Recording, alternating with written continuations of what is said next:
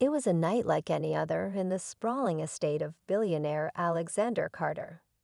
The air was thick with the scent of freshly cut grass, and the soft rustling of leaves whispered through the quiet darkness. The mansion, a grand architectural masterpiece, stood tall against the night sky, its golden lights glowing faintly like distant stars. Everything was still, until a sudden, piercing scream shattered the silence. Alexander, a man known for his cold demeanor and ruthless business instincts, sat alone in his study, a glass of whiskey in his hand, deep in thought over the next multi-million-dollar deal.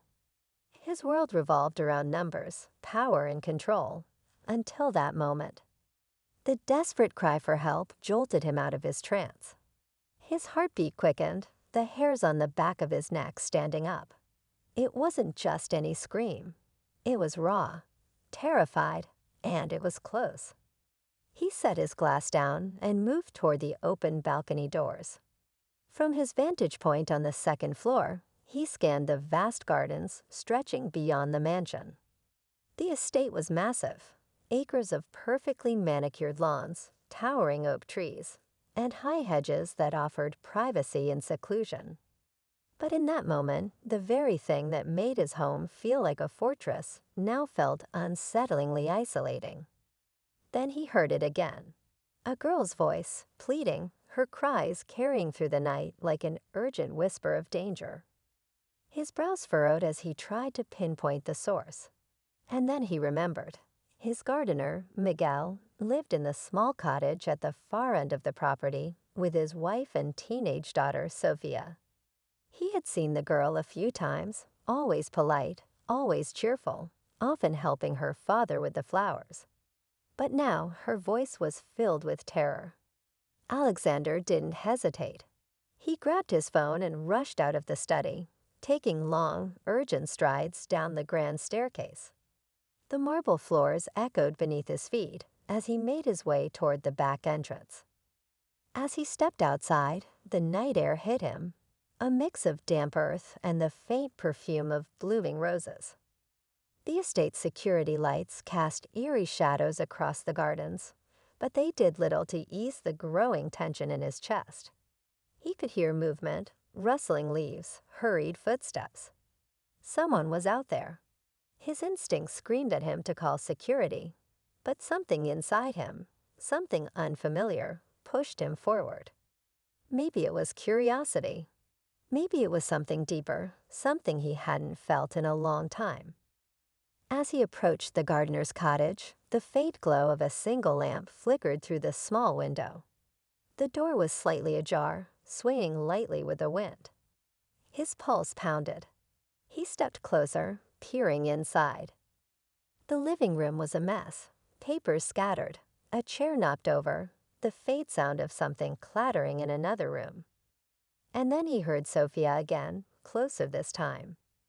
"Please, let me go." Her voice trembled, choked with fear. Alexander's body tensed.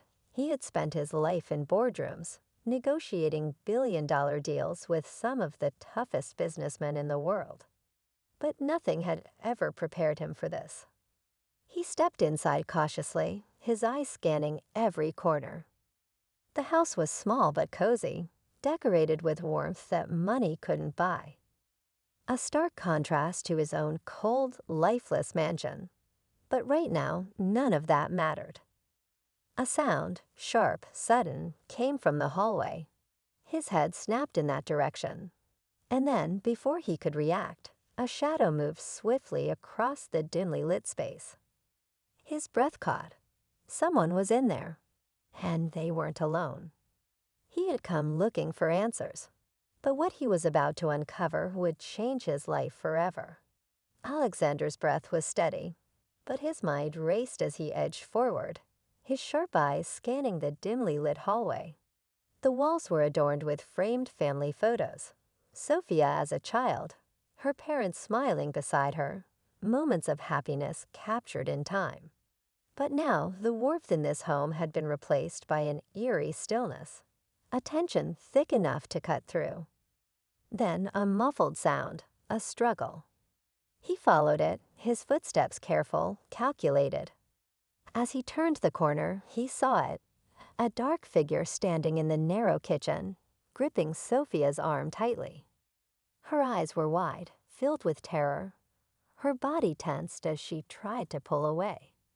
"Let her go." His voice was cold, controlled, but the command carried weight.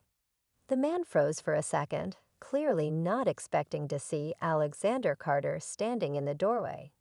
His hesitation was all Alexander needed. In a swift motion, he lunged forward, grabbing the man by the shoulder and yanking him back. The force sent the intruder stumbling, his grip on Sophia loosening just enough for her to break free. She gasped, rushing toward the corner of the room, clutching her trembling hands to her chest. But the danger wasn't over.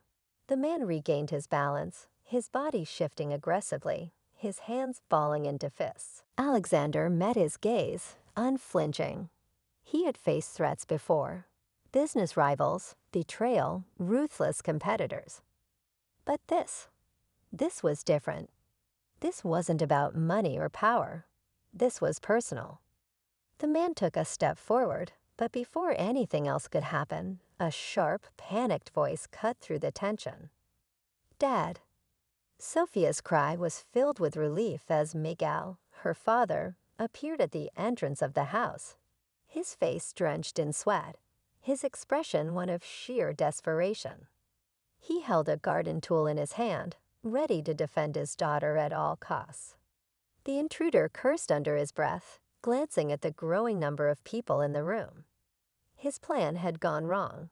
He had expected an easy target, a quiet night.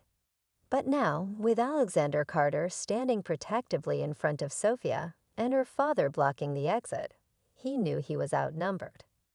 Without another word, he bolted toward the back door, disappearing into the darkness of the estate's gardens. For a moment, no one moved. The weight of what had just happened settled in the room like a heavy fog. Sophia, still shaken, looked at her father, her lip trembling. Miguel rushed to her, pulling her into a tight embrace, whispering reassurances as she buried her face into his chest. Alexander stood there, watching them, something unfamiliar stirring inside him. He wasn't used to moments like this.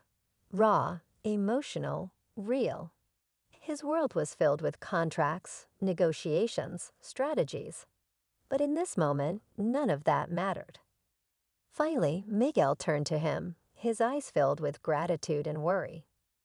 "Mr. Carter, I don't know how to thank you." Alexander shook his head. Who was that man? His voice was calm, but there was an edge to it, a demand for answers. Miguel hesitated, his expression darkening. "I don't know, but I think he was looking for me." Sophia lifted her head, her voice still unsteady. He said something about a debt." Alexander's sharp mind immediately went into analysis mode. A debt? Was this a random break-in, or was there something deeper going on?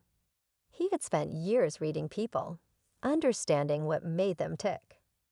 And Miguel, he looked like a man carrying a heavy burden. "You're in trouble," Alexander stated, not as a question, but as a fact. Miguel swallowed hard, looking down. "I never wanted any of this to touch my family." Alexander crossed his arms, waiting. He had all the time in the world, and Miguel knew it. After a long pause, the gardener finally spoke, his voice laced with regret. "A few years ago, when my wife got sick, I borrowed money. It was supposed to be a small loan, something I could pay back. But the interest kept piling up. No matter how much I paid, it was never enough. And now they want more. They threatened me, but I never thought they'd come after my daughter." His voice broke at the last part, and he looked at Sophia with guilt.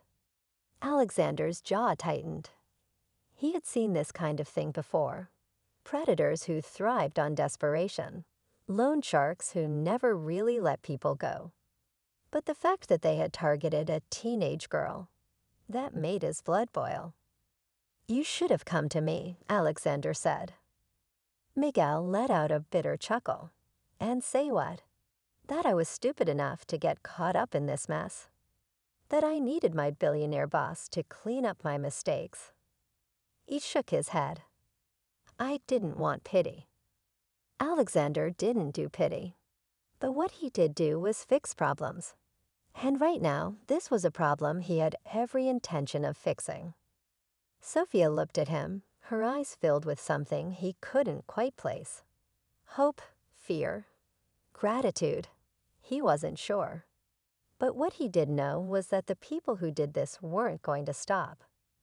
They had already crossed the line. Alexander exhaled slowly, his mind already forming a plan. He turned to Miguel. "Tell me everything. Every name, every place you've been meeting them. No more secrets." Miguel hesitated for only a moment before nodding. As they spoke, the night outside stretched on, but something had changed. Alexander had stepped into a world he usually avoided, a world of emotions, of human struggle, of real danger. And for the first time in a long time, his next move wasn't about profits or power.